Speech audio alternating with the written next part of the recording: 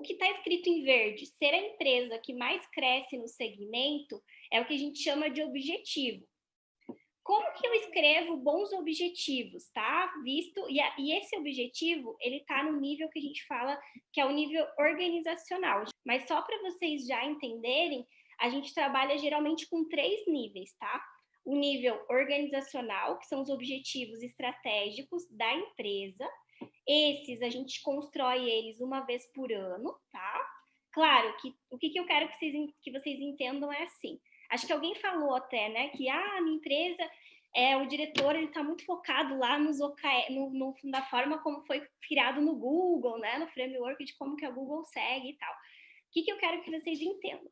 O OKR, ele não é uma metodologia. Às vezes a gente fala a metodologia de OKR, mas na verdade ele é um framework. Todo mundo sabe qual que é a diferença de um método para um framework? Não? Então Não. vou explicar. A gente usa muito esse termo de framework quando a gente trabalha com os métodos ágeis, com a própria tecnologia, né? Ele é bem conhecido. A ideia do framework é como se você tivesse uma casca com algumas diretrizes de como você vai fazer algo. Mas essa casca, ela é flexível, não necessariamente ela é um passo a passo que você tem que seguir ela exatamente, fielmente como está ali, como se fosse uma receitinha de bolo, né? O framework não, ele te dá essas, digamos, essas diretrizes, mas você tem flexibilidade para moldar, para utilizar esses recursos de diferentes formas. Porém, você tem que. O que é a essência daquele framework, né? Que são os valores, os princípios dele, você não pode adulterar. Então, a gente tem que ter bastante consciência disso, entendeu? Né? O que dentro do OKR é essência, né? Tipo assim, se eu tirar isso daqui dele, ele super descaracteriza, ele já não é mais um sistema de gestão de metas. E o que não é, a gente pode pensar assim, e se eu fizer de outra forma, dentro do meu contexto, da realidade da minha empresa, da realidade do meu time, será que eu posso testar e posso aprender com isso?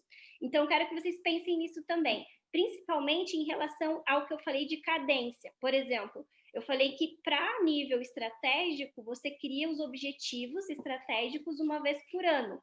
Mas no ano passado, por exemplo, nesse cliente que eu contei para vocês que eu atendo, a gente teve que mudar essa regra. Por quê? Porque teve a pandemia, né? Na verdade, foi no ano retrasado, né? Que começou ali a ter a questão da pandemia. A gente teve que mudar, porque veio o ciclo da pandemia e mudou totalmente algumas coisas que a gente tinha definido na estratégia da empresa. E se a gente não tivesse atento a essa mudança, não tivesse agilidade realmente para observar o cenário, ir lá nos nossos OKRs e fazer as adaptações necessárias, talvez a gente tivesse seguido uma estratégia que iria levar a empresa para o buraco, que é né, afastar totalmente do que realmente ela tinha que alcançar naquele ano. Então, isso é importante, isso se conecta com um dos princípios da agilidade, que é a gente estar atento às mudanças e a gente fazer as modificações necessárias dentro da nossa estratégia para que a gente consiga atender aquelas mudanças do que simplesmente seguir um plano. Então, isso muda também completamente a forma como a gente fazia o planejamento estratégico anteriormente, né? Que era aquele plano, vou fazer o plano aqui, você fazia o BSC lá, gerava aquele documento gigantesco, você jogava aquilo na gaveta e ia o ano inteiro. Não sei vocês, mas eu já trabalhei em projetos que a gente tinha as metas, né?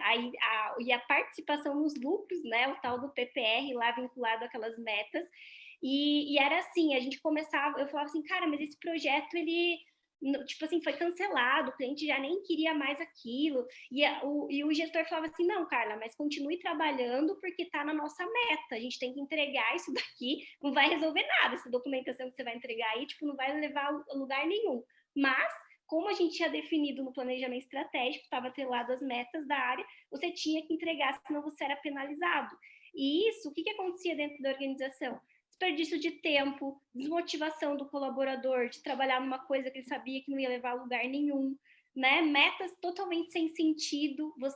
Às vezes você via uma equipe que tinha trabalhado muito, se dedicado muito, mas por conta de, sei lá, de uma mudança que teve no projeto, ela não conseguiu atingir aquele resultado e ela era super penalizada, e já uma outra, que às vezes não tinha nem tido tanta dedicação, por uma sorte desse sistema de meta, acabava tendo uma boa gratificação. Então, isso não funcionava, não era eficiente. Então, o OKR, ele não funciona dessa forma. A gente tem que estar atento a essas mudanças justamente. Cara, tô vendo que isso aqui não vai levar a resultado nenhum. A gente pivota, né? É um termo que usa bastante dentro da startup. E que é pivotar? A gente vai lá, analisa qual que deveria ser o caminho correto a partir de agora e a gente corrige a rota. Então, ele é bem flexível em relação a isso.